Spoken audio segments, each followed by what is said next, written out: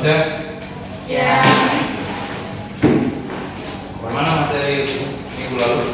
Tentang jangka panjang. Jangka panjang. Halaman berapa? Halaman 300 itu, Pak.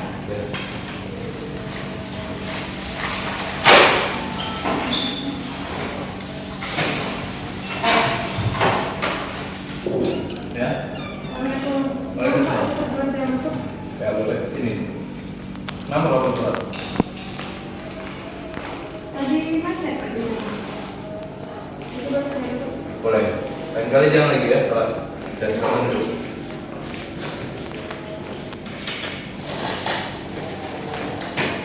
Kalian itu sebagai mahasiswa haruslah disiplin dari sekarang, karena itu bisa berpengaruh untuk masa depan kalian di dunia kerja, kan? Ya. Kan seperti teman kalian ini. Oke Pak, kita lanjutkan dari kita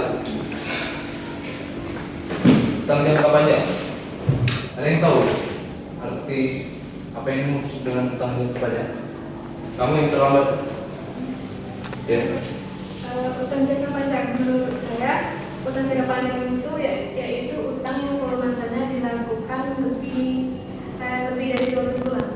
Ya, yang tepatnya utang-utang yang pelunasannya dilakukan dalam waktu lebih dari 1 tahun. Dan yang termasuk di dalamnya terutama utang obligasi, utang wesel jangka panjang, utang hipotek, uang muka dari perusahaan afiliasi, utang kredit bank jangka panjang. Utang jangka panjang timbul karena adanya kebutuhan dana untuk pembelian tambahan aset tetap, menaikkan jumlah modal kerja permanen, membeli perusahaan lain, atau mungkin juga untuk melunasi utang-utang lainnya.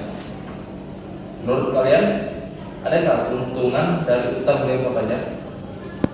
Ada yang bisa jawab? Ya, kamu.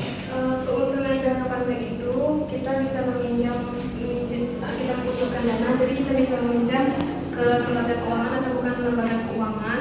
Ya. Pada saat pembayarannya kita tidak perlu tergesa-gesa karena pelunasannya itu dilakukan lebih dari 12 bulan atau 1 tahun karena merupakan dari utang jangka panjang, Pak. Iya, itu makanya salah satu contoh keuntungan utang jangka panjang. Baiklah, materi selanjutnya ya, utang obligasi. Kenapa saya melanjutkan materi ini ke utang obligasi? Karena saya tekankan untuk obligasi. Kenapa di sini saya lebih banyak membahas tentang obligasi? Karena obligasi berkelanjutan untuk pembahasan materi kita di pertemuan berikutnya. Apabila perusahaan membutuhkan tambahan modal kerja, tetapi tidak dapat melakukan emisi saham baru, dapat dipenuhi dengan cara mencari utang jangka panjang.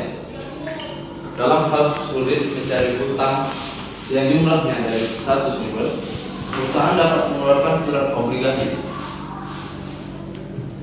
Sebelum saya lanjutkan yang berikutnya, saya akan bertanya kepada kalian, obligasi, apakah perbedaan obligasi dan saham? Kamu bisa jawab? Menurut saya, Pak, Ya. kalau saham itu sebuah tanda bukti atas kepemilikan perusahaan. Meskipun pemilik saham itu tidak bisa memiliki sepenuhnya dan berkuasa sepenuhnya. Sedangkan itu obligasi itu adalah surat keterangan utang di mana perusahaan itu mengeluarkan surat keterangan tersebut sebagai tanda utang yang dipinjam oleh perusahaan tersebut. Ya. Obligasi. Nah, harga jual obligasi bergantung pada tarif bunga obligasi. Semakin besar bunganya, harga jual obligasi semakin tinggi, dan sebaliknya semakin rendah bunganya, harga jual obligasi semakin kecil. Selanjutnya ada pencatatan pengeluaran obligasi. Ini perlu kalian catat ya. Ada 4 pencatatan. Yang pertama, obligasi yang dikeluarkan dicatat sebesar nilai nominalnya. Dan yang kedua, jika harga jual obligasi tidak sama dengan nilai nominalnya, maka akan dicatat tersendiri. Yang ketiga, Jika harga jual lebih besar nilai nominalnya, maka dicatat dalam rekening agio obligasi. Keempat, jika harga jual lebih kecil nilai nominalnya, maka dicatat dalam rekening disagio obligasi.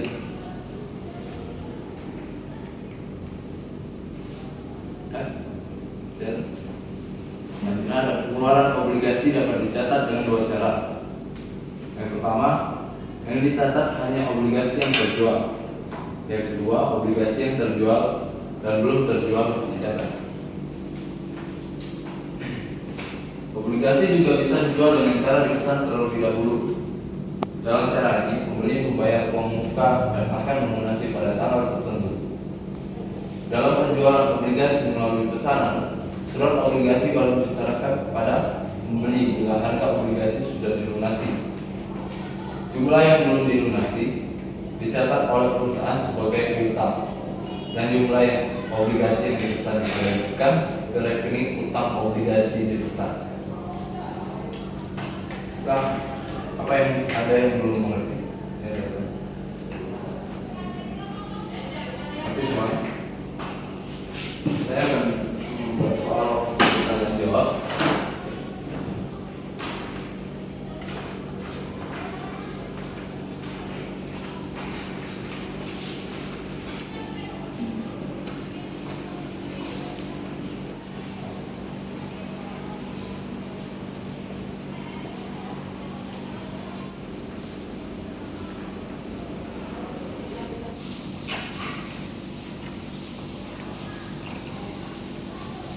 Nah, ini ada soal.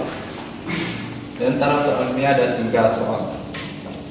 Kalian dari sudut yang ini menuju satu-satu ke depan.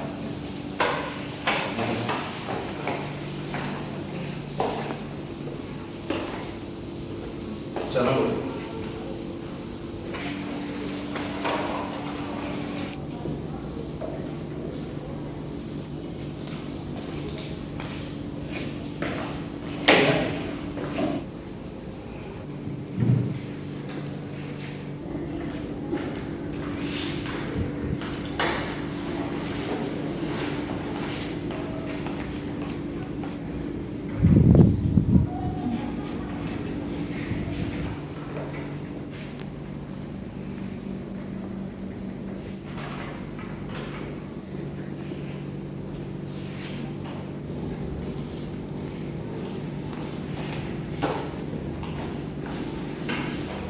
Permintaan obligasi ya sudah benar kas pada utang obligasi.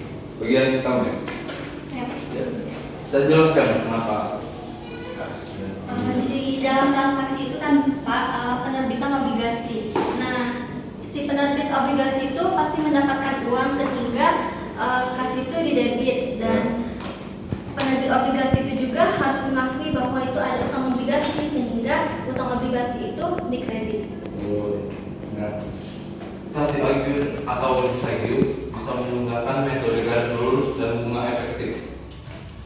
Mungkin itu saja materi dari saya hari ini. Untuk materi selanjutnya, buka halaman 368 tentang tabelnya, pelajari di rumah. Ya. Sekian dari saya.